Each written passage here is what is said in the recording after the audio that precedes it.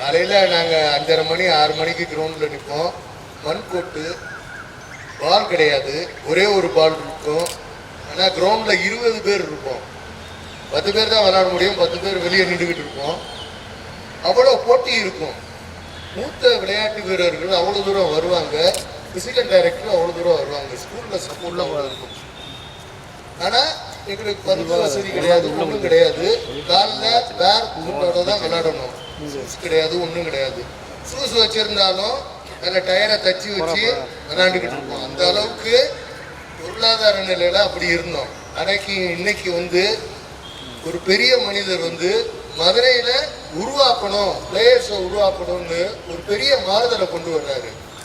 இது வந்து ஒரு பெரிய மாற்றம் பாஸ்கெட் பால்ல. இவங்களுக்கு கிடைக்காத சப்போர்ட்டு இன்னைக்கு எல்லா வசதியிலையும் இந்த அகாடமின்ற பேர்ல உருவாக்கி கொடுக்குறாங்க. ஆனா அந்த அளவுக்கு நம்ம அதை உபயோகப்படுத்திக்கிட்டு இதுல நல்லா முன்னேறணும். பாஸ்கெட் பால் வந்து ஒரு நல்ல கேம், பிரசன்ஸ் ஆஃப் மைண்டு, மூளை ரொம்ப வேலை செய்யும். அதை நீங்க விளையாட விளையாட அனுபவிக்கணும்.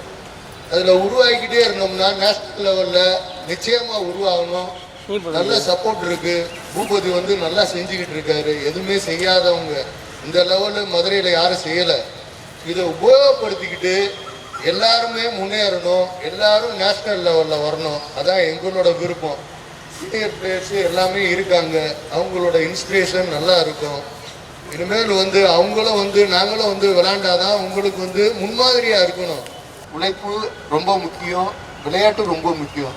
எல்லாரும் நல்லா வாங்க, நல்லா நேஷனல் லெவலில் முன்னேறணும். அதான் அம்பிஷன். இப்போ அவருக்கு செய்ய வேண்டியது நம்ம வந்து நேஷனல் பிளேயர்ஸு மதுரையிலேருந்து உருவாகணும். கட்டாயம் உருவாங்க, எல்லாருமே ஒத்துழைங்க. தேங்க்யூ.